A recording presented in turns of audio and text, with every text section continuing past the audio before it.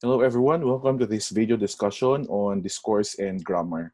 So in this video discussion, I shall be talking about how grammar functions in the context of discourse and discourse analysis. Regardless of the language, it must be known that it is very important that we know the functionality of grammar in the analysis of discourse.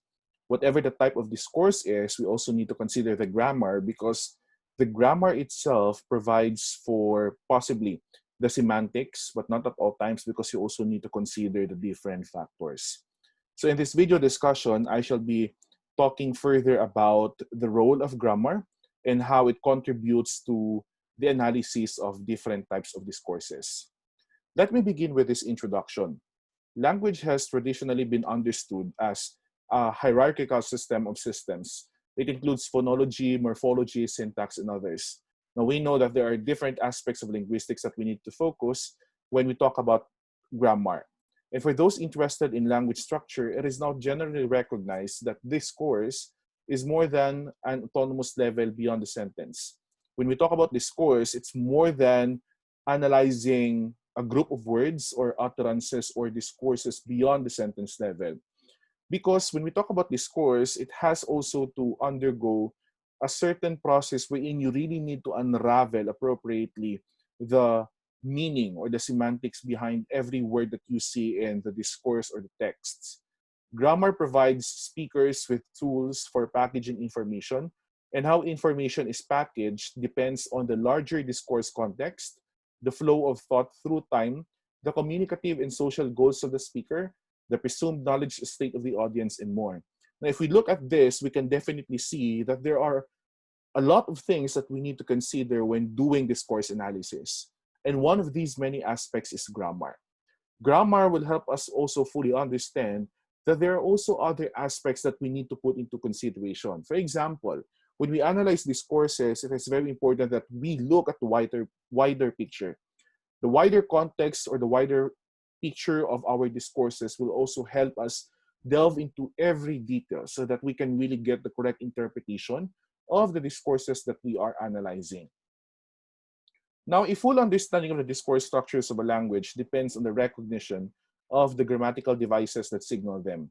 Discourse structure is indicated by markers at all levels. That's why we have these so-called discourse markers, because in most of the texts, we could really see discourse markers with certain functions. The relationship between discourse and grammar goes deeper. Recurring patterns of expression play a major role in the development of grammatical structures through time. Now, sometimes people use certain expressions to be able to express themselves. And in order for them to do that one, grammar plays a very important role. It has a function which will enable the speaker or the discourse maker to accurately channel out or vent the expression with the intended meaning. Ariel in 2009 said, discourse depends on grammar, which in turn depends on discourse. Now, this is something notable because this may be used as a springboard to realizing how significant grammar is in discourse analysis. A central aspect of the study of grammar is discovering what features all languages share and the ways they can differ. We know that if we are to study the linguistic landscape of different languages, they are all unique in terms of features, in terms of characteristics. And so we need to use these grammatical differences as well for us to fully understand how expressions or discourses in each of these different languages function. Now, the study of speech in its full discourse contexts can reveal cross-linguistic differences at all levels that may not be obvious when grammatical analysis focus on one level of structure at a time, each in isolation from the others. So I believe it is more beneficial if we look at it as a whole rather than looking at every detail. Because the moment that we get to analyze these discourses as a whole, we get to see as well that these discourses in this specific language are totally different from the discourses uttered using the different or other languages. So that is why it's very important that we also understand the grammaticality, okay, the grammatical functions of the words or the lexical items found in the discourses so that we can also set the border between these discourses existing from one language to another. So to proceed, let's talk about the basic sentence. I have here an example language which is called Moho. It is an Iroquoian language of northeastern North America, spoken primarily in Quebec, Ontario, and New York State. We have this concept called pedagogical grammars, which are often rich in sentences constructed in isolation. And these pedagogical grammars are pretty much existent in the Mohawk language. So the context of our discussion here will be in the Mohawk language and its grammatical features. And in order for us to understand how discourse functions, then we put it in this context, the Mohawk language. For example, here we have a set of sentences coming from a textbook. So these are textbook sentences. And if you notice, the first thing here indicates the Mohawk language version. And then we have here the transliteration, and then we have here the translation. So you can see here that this is the order of the sentence or the words and lexical items in the expressions or discourses in the Mohawk language. So we have here, okay, if you notice, there is this double existence or double presence of the pronoun I, painted light green this chair. Okay, so if you notice, there is no specific order as to how they really arrange or systematize their words in a discourse or in a sentence. But if you are to translate this sentence to the English language, it says, I painted this chair light green. So what have you noticed? The adjective here, okay, which is light green, which could be used to describe the noun chair, comes before. However, the demonstrative pronoun this, which should have been placed before the adjectives, is found between the noun being modified or being described and the adjective. So this is one characteristic or one feature of the Mohawk language. Let us take another sentence or discourse as an example. We have here the first line in Mohawk, the second is the transliteration, and then we have here the man has the spoon. Okay, so the man, he has the spoons. If you notice, there are actually two groups here in the original Mohawk language. Okay, two groups of words here. The man and he has the spoon. If we look at the last clause here, it already expresses a complete thought. But that is how Mohawk language is written. So there might be a duplication, okay, of the word or of the subject being referred in the sentence. So man here, which is a noun, and we have here he, which is a pronoun. But in English, it's simply the man has the spoon. So in the English language, of course, we could not have two subjects at the same time, right? So in this context of the sentence, so the man has the spoon, we cannot say the man, he has the spoon, but instead, to make it grammatically correct, the man has the spoon. And then we have two more examples of sentences here. Now, the reason why I'm showing this to you is for you to see how grammar functions in discourse. It is very important that we understand the functionality of grammar so that we can really understand also the discourses uttered in a specific language. For example, what if you're not that fluent, or what if you're not knowledgeable at all with that kind of language? And then here comes another person who's very fluent, or let's say native-like when it comes to speaking this language, and comes to you speaking this language. At first, you might be judging this person for speaking such a language or for speaking the English language in a totally different manner. But the moment that you understand the grammar of the language spoken by that person, then you will also have to understand that the discourses could also be affected.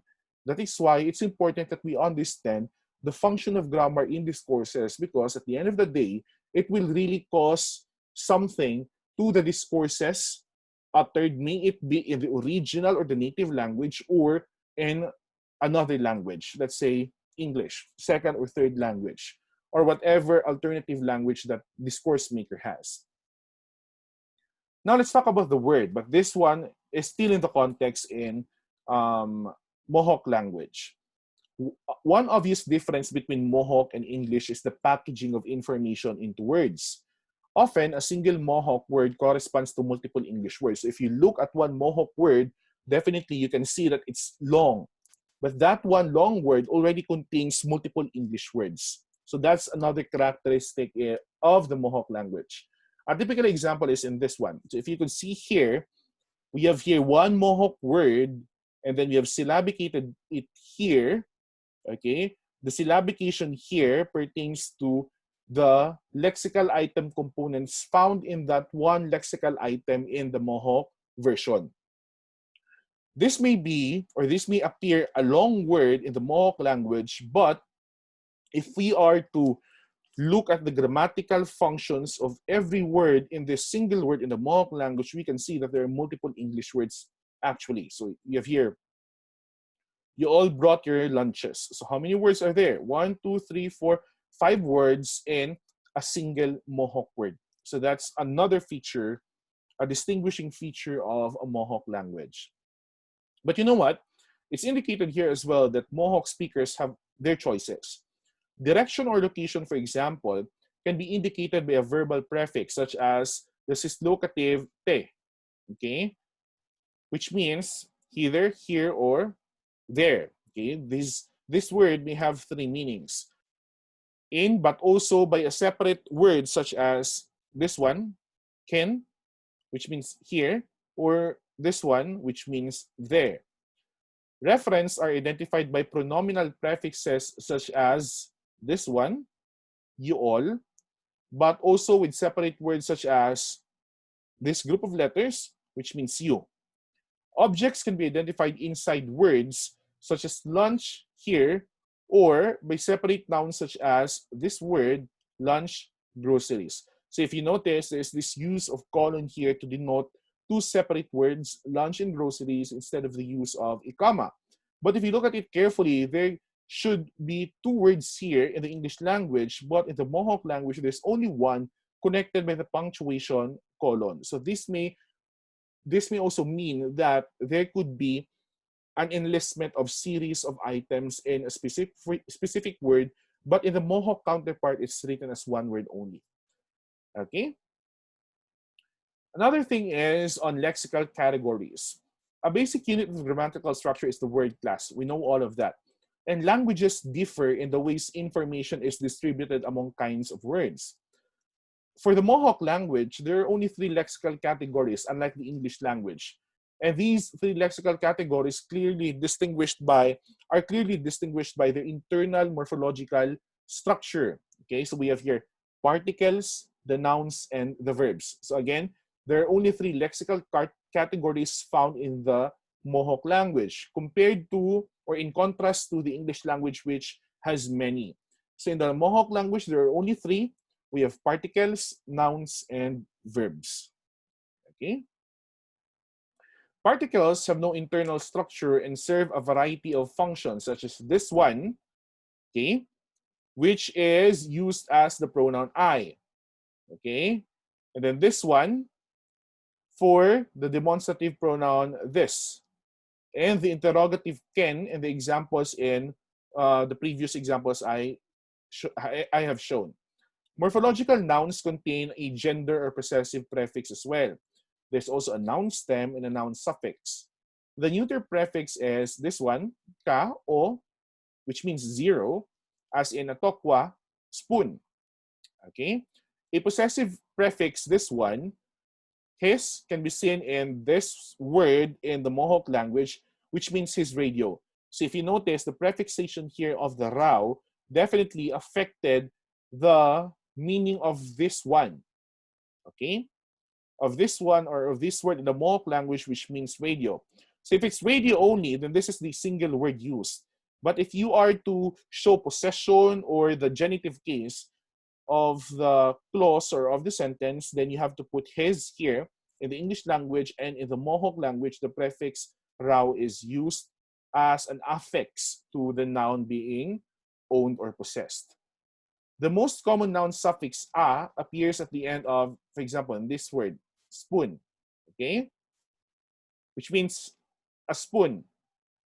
Nouns generally function syntactically as arguments, as would be expected. Morphological verbs contain minimally a pronominal prefix and a verb stem. The prefix identifies the core arguments, 1 for intransitives and 2 for transitives. For example, in this word, okay, so you can see here the prefix, I painted. Okay, this means I painted. So this definitely means that the prefixation here also created a different meaning or semantics in this group of words in the Mohawk language. This one contains the first person singular prefix K, the stem, this one here, if you noticed, paint, and the perfective suffix, this one. Okay? So if you notice, you have here the suffixation here, perfective suffix. Okay? Verbs may also contain numerous other elements. They can function syntactically as predicates, as in I painted the chair, but they can also serve as full clauses, okay? The one with a complete thought, such as in the word, this one in the Mohawk language, which may be considered already as a complete grammatical sentence in itself because it may mean I painted it, okay? Morphological verbs can also serve other syntactic functions. They can be used as referring expressions with no change in form, such as in this word, radio, and function syntactically as arguments alone. Another important concept that we need to talk about when we discuss grammar is lexicalization. This is a matter of degree. Some verbs are normally used as nominals, others as both arguments and predicates of the sentence. But there are also cases wherein they're solely used as predicates. For example, this single word in the Mohawk language, okay, and this means they know how to write, which simply means literate people or learned people. So this may mean, or this may actually contain multiple English words, but it actually suggests one semantics or denotation only, and that is literate people or learned people. Another one, this word in the Mohawk language means we all speak or understand a language, or it may refer to a person who is fluent, or everyone who is fluent with the use of a language. So see, it's really different when we examine or study a foreign language because we get to understand as well not only the grammatical realities of these languages, but also how, okay, how they deliver their discourses. So the way they structure, okay, the way they structure their sentences or their expressions or their discourses will definitely affect as well how their discourses are to be understood and interpreted. Now, that in itself creates a clear picture of the very significance of grammar in the context of discourse analysis. Mohawk contains no adjective category. Properties expressed with adjectives in other languages are even conveyed in Mohawk with verbs. For example, this one, or this statement from the Mohawk language, it means he was handsome. But if you look at this one, this word in the Mohawk language actually is composed of the agent and then the beaver be and handsome. But actually, if we are to translate this one, okay, this expression in the Mohawk language, it means he was handsome. Okay. Another one, this group of utterances or expressions here. If you notice, the literal translation is this. It is that. So this one means that. And then this one means quite. And this one means frightened. Okay? But it simply means that's scary. Okay? So if you are to scrutinize the grammatical compositions of these expressions, then we would see that there are actually a number of lexical items found in a single word or in a group of expressions. But when we translate them to the English language, then we can see that it may be a brief version of the original one. Okay?